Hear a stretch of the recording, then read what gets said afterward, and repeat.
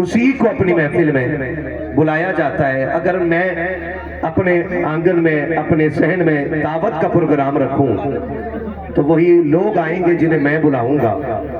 تو یقین جانے اگر میرے آنگن میں میری دعوت پر میری مرضی کے بغیر کوئی نہیں آ سکتا تو آپ کو کیا لگتا ہے حضور کی محفل میں کوئی ان کی مرضی کے بغیر آ سکتا ہے؟ نہیں آ سکتا نا۔ تو میں مبارکباد پیش کرتا ہوں تمام اراکین کمیٹی کو کہ آپ نے بڑا احسان کیا ہے تمام ہی علاقے کے مسلمانوں پر، یہ خوبصورت محفل سجائی اور ہمیں اور آپ کو بیٹھ کر اللہ اور اس کے رسول کی باتیں کرنے کا یہاں موقع مل گیا ہے۔ پروردگار عالم کی بارگاہ میں دعا ہے مولا کریم ہمیں حق بولنے، حق سننے اور حق پہ عمل کرنے کی توفیق عطا فرمائے۔ سرکار اعلیٰ حضرت فرماتے ہیں سرور کہوں کہ مالک و مولا کہوں تجھے، باغ خلیل کا گل زیبا کہوں تجھے، تیرے تو وصف عیب تناہی سے ہے بری، حیران ہوں میرے شاہ میں کیا کیا کہوں تجھے، کہہ لے گی سب کچھ ان کے ثنا خاں کی خاموشی، چپ ہو رہا ہے کہہ کے میں کیا کیا کہوں تجھے، لیکن رضا نے ختم سخن اس پہ کر دیا، خالق کا بندہ خلق کا آقا کہوں تجھے۔ شکر پروردگار کا، اس نے ہمیں اپنے محبوب کی امت میں پیدا فرمایا ہے۔ اگر اس احسان کے بدلے میں ہم پوری زندگی سجدے میں گزار دیں تو ان کے امتی ہونے کا حق پھر بھی ادا نہیں کر سکتے۔ جتنا بڑا کرم اللہ نے حضور کے امت میں پیدا فرما کے یہ کر دیا ہے، اپنے محبوب کی امت میں بنایا مجھ کو، شکر کس طرح کروں مالک و مولا تیرا۔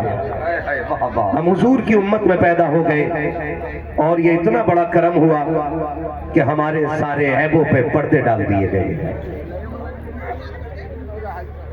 بہت غور سے میری بات سنیے گا، آج ہر شخص یہ چاہتا ہے کہ میری شخصیت قبول کی جائے، ہر شخص کا یہ نعرہ ہے کہ میں سب سے بہتر ہوں، مجھ سے افضل کوئی نہیں، میں سچ بولتا ہوں، میں جھوٹ سے دور ہوں اور باقی مجھے ساری دنیا میلی نظر آتی ہے۔ حقیقت یہ ہے کہ حضور کے کرم نے پردے ڈال رکھے ہیں، بے شک اگر وہ پردے اٹھ جائیں تو میں ہوں یا آپ ہوں کسی کو منہ دکھانے کے قابل نہیں ہے، کسی کو منہ دکھانے کے قابل نہیں ہے۔ آج اگر ہماری شکلیں سلامت ہیں تو حضور کے صدقے میں سلامت ہے، اگر ہمارے چہرے نہیں بگڑے ہیں تو یہ حضور کے قدموں کی برکت ہے۔ ورنہ پہلی امتوں کا اگر جائزہ لیا جائے، اگر پہلی امت کا کوئی بندہ گناہ کرتا تھا تو اس کے دروازے پہ اس کی خطا لکھ دی جاتی تھی، اگر کوئی جرم کرتا تھا تو اس کے دروازے پہ اس کا جرم لکھ دیا جاتا تھا، اگر وہ گناہ کر کے صبح کو اٹھتا تھا اس کے ماتھے پہ لکھا ہوتا تھا کہ یہ رب کا نافرمان ہے۔ کرم ہے مدینے والے کا، ہم ایک نہیں ہزار نافرمانیاں کرتے ہیں لیکن پھر بھی نہ دروازے پہ نام لکھا جاتا ہے، نہ چہروں پہ نام لکھا جا رہا ہے، نہ جرموں سے پردے ہٹائے جا رہے ہیں۔ میرے امام نے کہا تھا میرے اعمال کا بدلہ تو جہنم ہی تھا، میرے اعمال کا بدلہ تو جہنم ہی تھا، میں تو جاتا مجھے سرکار نے جانے نہ دیا۔ میرے دوستوں، نوجوانوں، عزیز بچوں، زندگی بڑی مختصر ہے، آج ہم زندہ ہیں یہ رب کا کرم ہے۔ اللہ قادر مطلق ہے، اگر وہ چاہے تو وہ ماں کے شکم میں موت دے دے، اگر وہ چاہے تو 2 گھنٹے کے بعد موت دے دے، اگر وہ چاہے تو 6 ماہ کی عمر میں موت دے دے، اگر وہ چاہے 8 سال کی عمر میں موت دے دے، اگر وہ چاہے تو 10 سال میں زندگیوں کو جنازوں میں بدل دیتا ہے، اگر وہ چاہ لے تو 16 سال میں چلتی پھرتی زندگی کو کفن پہنا دیا کرتا ہے۔ یہ اس کے فیصلے ہوتے ہیں، اگر وہ چاہے تو یہ دور نہیں، اس کے لیے مشکل نہیں کہ ادھر لوگ صحرا پہن کے نکلتے ہیں ادھر کفن میں لپٹ کے آیا کرتے ہیں۔ وہ قادر مطلق ہے، جب چاہے جس عمر میں چاہے موت دے دے، مگر کسی کی عمر 30 سال ہو گئی، کسی کی 40 ہو گئی، کسی کی 50 ہو گئی، کسی کی 60 ہو گئی، بجائے اس کے کہ ہمیں ڈرنا چاہیے تھا، بجائے اس کے کہ گناہوں کا محاسبہ کرنا تھا، بجائے اس کے کہ اپنے اعمال پہ نظر کرنی تھی، ہم تو بڈے منانے پہ لگے ہیں۔ ہم جنم دن منانے پہ لگے، یہ ٹکے بھر کی دولت کی آ گئی، روڈوں پہ زمین آ جائے، آسمان پہ مزاج چلنے لگ جاتا ہے، 4 گاڑیوں کے مالک ہو جائیں، پھر ہواؤں میں اڑنے لگتے ہیں۔ باپ 60 سال کا ہے، بیٹا جا کر کے کیک خریدتا ہے، بلون لا کر کے گھر میں سجاتا ہے، کیا بات ہے، ابا کا 61واں جنم دن ہے، باپ کا 65واں جنم دن ہے۔ خدا کا واسطہ دے کے کہتا ہوں، اگر عمر 60-65 سال ہو گئی ہے، جنم دن کے نام پہ تباہی نہ کرو ان کی۔ ہاتھ جوڑ کے کہتا ہوں، اللہ قادر مطلق ہے، اگر چاہتے تو ایک قدم اٹھانے سے پہلے موت دے دے۔ ہم تو ایک سانس کے بھی مالک نہیں ہیں، مکان اور جائیداد کا دعویٰ بڑی بات ہے، ہم تو جو کئی سانس اندر ہے اس کے بھی مالک نہیں ہے، جو باہر آ چکی ہے اس کے بھی مالک نہیں ہے، ذرے ذرے کا مالک خدا ہے۔ پھر یہ 61 سال میں جنم دن منانے والے، 65 سال میں اپنی لمبی عمر کی خوشیاں منانے والوں، اگر تمہیں یہ لگتا ہے عمر 65 سال ہو گئی ہے تو کیک کاٹ کے جشن نہ منا، غبارے لگا کر کے جشن نہ منا، بلکہ اگر تجھے احساس ہے کہ عمر 65 کی گزر گئی ہے، رات کو مصلی بچھا دے، اپنے رب کی بارگاہ میں آ جا اور رو کے کہہ دے، مالک اب جوانی کی طاقت نہیں ہے، وہ امنگیں نہیں ہے، وہ ترنگیں نہیں ہے، وہ تلاوت کی طاقت نہیں ہے، آنکھوں میں بینائی نہیں ہے، قدموں میں کھڑے ہونے کی سکت نہیں ہے، اب تو بولا بھی نہیں جاتا ہے، ہوٹ بھی ساتھ نہیں دیتے ہیں۔ میرے مالک تیرا کمزور بندہ ہو، میں تیری بارگاہ میں آ گیا ہوں، آؤ اپنے رب کو رات کے 1 بجے رو کر کے دکھا دو، خدا کی قسم وہ اتنا کریم ہے، وہ اتنا کریم ہے، تو آنسو گرا کے دکھا دے، وہ 60 سال کے گناہ معاف کر کے دکھا دے۔ سبحان اللہ سبحان اللہ۔ او میرے بھائی، عمریں بڑھ رہی ہیں بڑی تیزی سے اور موت کا وقت قریب آ گیا ہے۔ آج کون سے رات ہے؟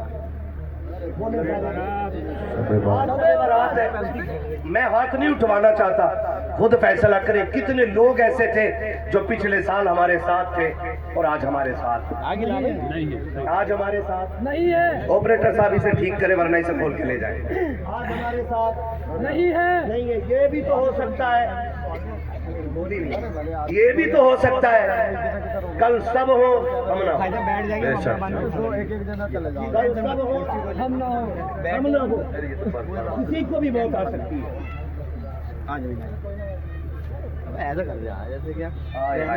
اللہ ان کی قبر پہ اپنی رحمت و غفران کی بارشیں فرمائے۔ حضرت نے یاد دلایا گزشتہ سال نقیب اہل سنت مولانا تنویر القادری صاحب سے ملا تھے، ہاں، اور آج وہ ہمارے بیچ نہیں، کوئی گارنٹی نہیں ہے کہ ہم اور آپ بھی یہاں کل زندہ رہیں، یہ تو کسی نے بھی نہیں جانا کہ کل کا سورج دیکھیں گے کہ نہیں دیکھیں گے۔ آج رب نے اپنی رحمتوں کے دروازے کھول دیے ہیں۔ روایتوں کے مطابق اللہ آج کی شب میں اپنی شایان شان آسمان اول پر نزول جلال فرماتا ہے۔ بے شک سبحان اللہ الحمدللہ۔ اسے آسمان دنیا بھی کہا جاتا ہے، یہ آسمان جو ہمیں دکھ رہا ہے اس پہ نزول جلال فرماتا ہے اور کہتا ہے کوئی مجھ سے جو بخشش مانگے۔ بے شک رب خود کہہ رہا ہے کوئی مجھ سے جو بخشش مانگے، ہے کوئی جو مجھ سے اولاد مانگے، ہے کوئی جو مجھ سے دولت مانگے، ہے کوئی جو مجھ سے عزت مانگے۔